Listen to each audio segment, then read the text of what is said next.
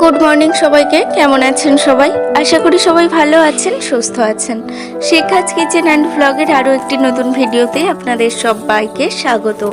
তো চলে এসেছি মাঠে। আমরা দুজনে যাচ্ছি মাছ ধরতে।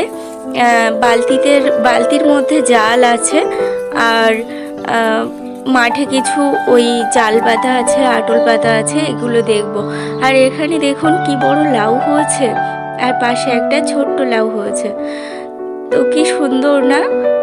লাউ খেতে কে কে ভালোবাসেন অবশ্যই কমেন্ট করে জানাবেন। আর এই বাগানে, এটা আমাদের ভাসুরদের একটা বাগান।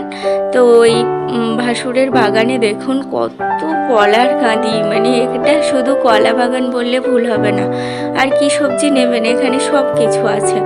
আর তুরুল হয়ে আছে দেখুন, এখানে তুরুল ফুল কি সুন্দর দেখতে না, একদম হলুদ। আর প্রচুর কলা, সব কিন্তু এই যে পেকে যাওয়া কলা, পাকিয়ে খাই যে কলা, সেই কলা। এটা দেখুন একটা কলা পেকে গেছে, মানে পাকবে, হলুদ হয়ে গেছে। এই কলাগুলো সব পাকিয়েই খাই, এগুলো কাঁচা খাওয়া যায় না। কাঁচা কলাও আছে অন্যান্য সাইডে, তবে আমি যাওয়ার পথে যে কাঁদিগুলো দেখতে পেলাম সেগুলো আপনাদের দেখানোর চেষ্টা করলাম। এটা দেখুন কি সুন্দর, একটা পেকেই যাবে। আর আমরা চলে এসেছি প্রায় মাঠের কাছাকাছি। তো দেখা যাক আজ কি মাছ পড়ে। কলা বাগানের মধ্যে দিয়ে আমাকে যেতে হয় আমাদেরকে। আর এখানে জানেন তো, পুরানো বাগান তো, প্রচুর সাপের উৎপাত, একটু সাবধানেই যেতে হয়। বড় বড় সাপ, আমার শ্বশুরমশাই যখন আসেন গল্প করেছেন যে খুব বড় বড় সাপ ওনার চোখে পড়েছে, দেখতে পেয়েছে। তো আমরা যখন আসি বারবার বলে যে তোরা খুব সাবধানে যাবি। তো আমি একা আসি না, আমার হাজব্যান্ড এলে তবেই আমি আসি, দুজন একসাথে। আর এই জাল তুলে হাজব্যান্ড দেখে নিচ্ছিল কি মাছ পড়েছে। ওই মাথার দিকে কই মাছ পড়েছে, এদিকে কিছু পড়েনি, তবে ওই মাথার দিকে কই মাছ পড়েছে।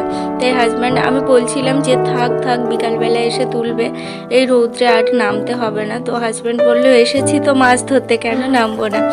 তো ওই জন্য নেমে যাচ্ছিল। আর এদিক দিয়ে জালটা বসিয়ে দিয়ে যাচ্ছিল, যেহেতু টেনে তুলে দিয়েছিল তো তাই বসিয়ে দিয়ে যাচ্ছিল। আর ওই মাথায় কই মাছ পড়েছে কটা, দেখবেন কই মাছ। আর আমি গামছাটা ছুঁড়ে দিচ্ছিলাম, যেহেতু প্রচণ্ড রৌদ্র, তাই বলছিল গামছাটা আমাকে দাও। তো গামছাটা দিলাম, আর একটু হলে ভিজে যেত, জলে পড়তো। তো হাজব্যান্ড ধরে নিয়েছে।